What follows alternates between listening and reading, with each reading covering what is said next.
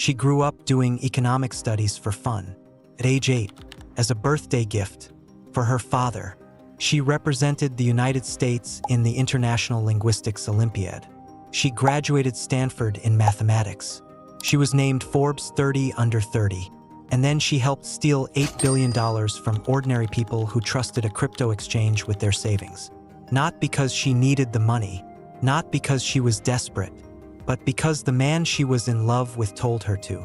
Her name is Caroline Ellison, CEO of Alameda Research, the woman holding the keys to the vault when FTX imploded. This is not a story about a villain. It's messier than that. It's what happens when extraordinary intelligence meets moral cowardice, and $8 billion is sitting in the middle. This video is for educational purposes only.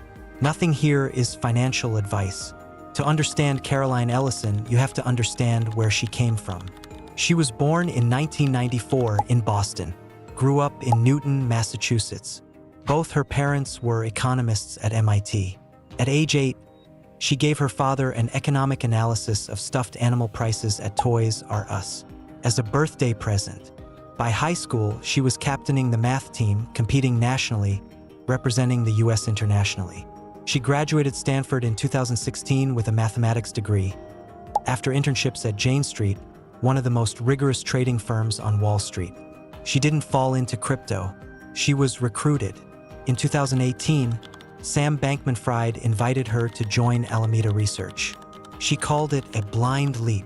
What she didn't understand yet was that she was walking into a system where the rules were being written in real time. Sam Bankman-Fried ran 2 companies, FTX, a crypto exchange where customers deposited money, and Alameda Research, a hedge fund trading that money. On paper, they were separate. That was the lie. Alameda had something no one else had. A hidden backdoor, a line of code that gave it an unlimited credit line from FTX customer funds. No collateral, no margin calls, no liquidation. If Alameda lost money, it just took more. Caroline Ellison was CEO. She admitted she knew about this from 2019 onward. By mid-2022, Alameda had borrowed about $9.9 billion from FTX customers. That wasn't a mistake.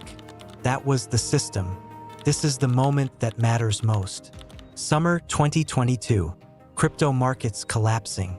Lenders demanding Alameda's balance sheet. The real numbers were simple. $12 billion in liabilities. $3 billion in liquid assets. A massive hidden hole. If lenders saw it, everything would collapse. So Sam told Ellison to fix it. She created 7 versions of the balance sheet. 7. Each one hiding the truth in a slightly different way. They picked one, sent it. The $9.9 billion loan? Gone. She later said, "I didn't want to be dishonest, but I also didn't want them to know the truth." And when asked why she did it, "I knew what I was doing was wrong." She knew. She did it anyway. November 2022. A journalist at CoinDesk got hold of Alameda's balance sheet. A doctored version still bad enough to raise serious questions. The article ran, "Within days, Binance announced it was selling its entire FTX token position. That was the match on the gasoline. Customers panicked. $6 billion in withdrawals in 72 hours. FTX couldn't cover it because the money wasn't there." On November 9th, Ellison got on a video call with Alameda's employees, and she told them the truth. She admitted FTX had been using customer funds to cover Alameda's liabilities, that she and Bankman-Fried and 2 other executives had known the entire time. FTX filed for bankruptcy 3 days later. $8 billion in customer funds. Gone. And unlike the Alex Mashinsky story, unlike the Do Kwon story, this collapse didn't need a hack. Didn't need a market crash. It just needed the truth to come out. Here is where Caroline Ellison's story splits. She flipped, fast.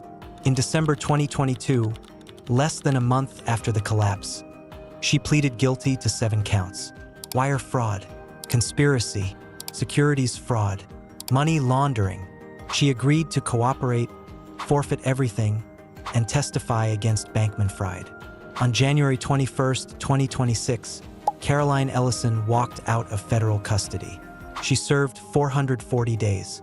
14 months, for helping misplace $8 billion. She is 31. She is free. She cannot work in finance or crypto for 10 years. No interviews, no social media. She has vanished into a quiet life. And soon, she won't control that story. Netflix is producing The Altruists, dramatizing the FTX collapse. Her character, her choices, all of it.